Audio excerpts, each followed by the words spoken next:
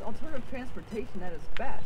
There are people standing here, no doubt, and there's people in my office, there are people in the Rachel Carson building and all the state office buildings and all the businesses in Harrisburg from whom they commute to work on the Harrisburg Greenbelt, and it just gets better and better. So I would hats off to the volunteers and the communities on this Greenbelt for this emerald ring you've continued to build on, and its value that's just growing and growing. I'm really gratified that we at DCNR can help be a leader in this. We do have a comprehensive state trail system, and we do mark gaps, like Commissioner Hayes mentioned.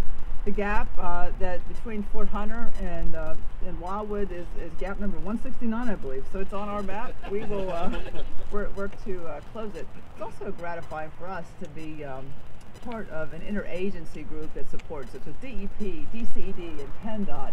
When we can all work together, and Governor Tom Wolf really encourages and facilitates cabinet secretaries working together. And I'll just tell you a quick story. The cabinet meeting, he had a flip chart, and he said, what are the services government really wants from their state government? The citizens really want from the state government.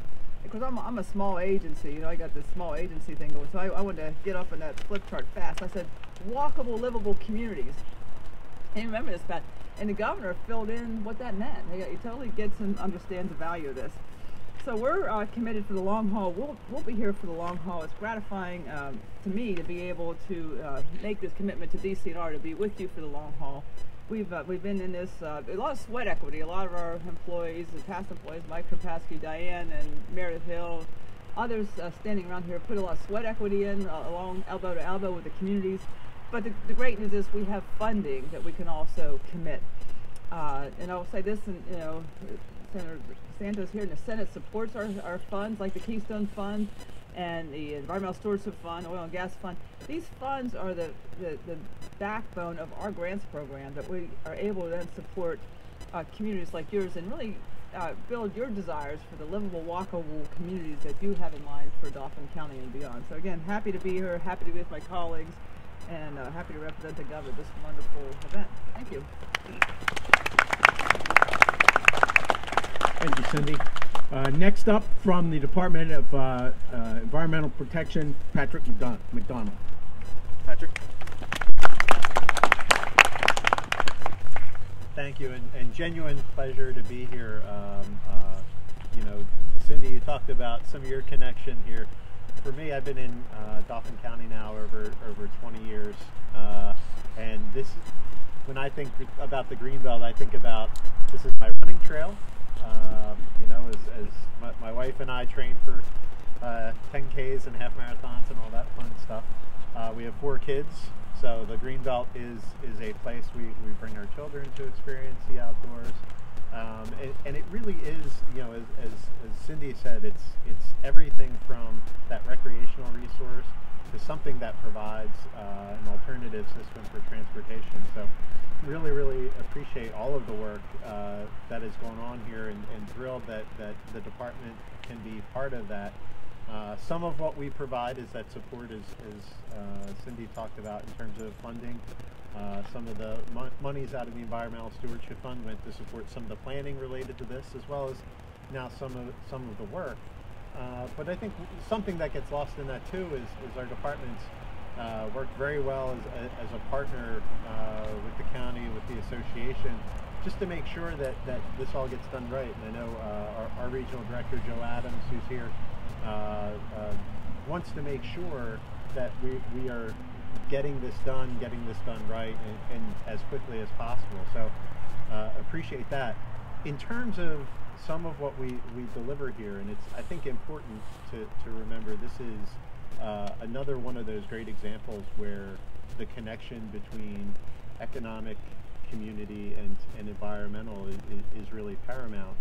We are, in addition to all the advantages Cindy talked about, stabilizing a channel, so erosion doesn't get into the stream, impacting the stream. We're restoring, replanting over an acre. So again, that acts as stabilizing, but also filtering out pollutants and nutrients and other things that may otherwise end up in our stream, impacting the fish population.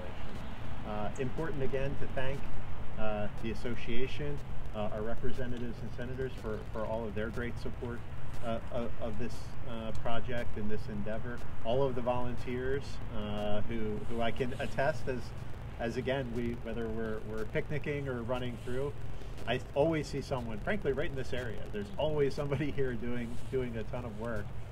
Really appreciate all that goes into making a project like this happen and keeping the Greenbelt as the jewel it is for Harrisburg. So thank you all very much.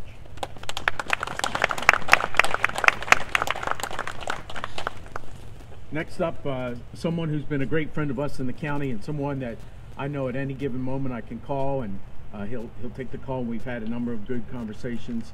Our Senator John DiSanto. John.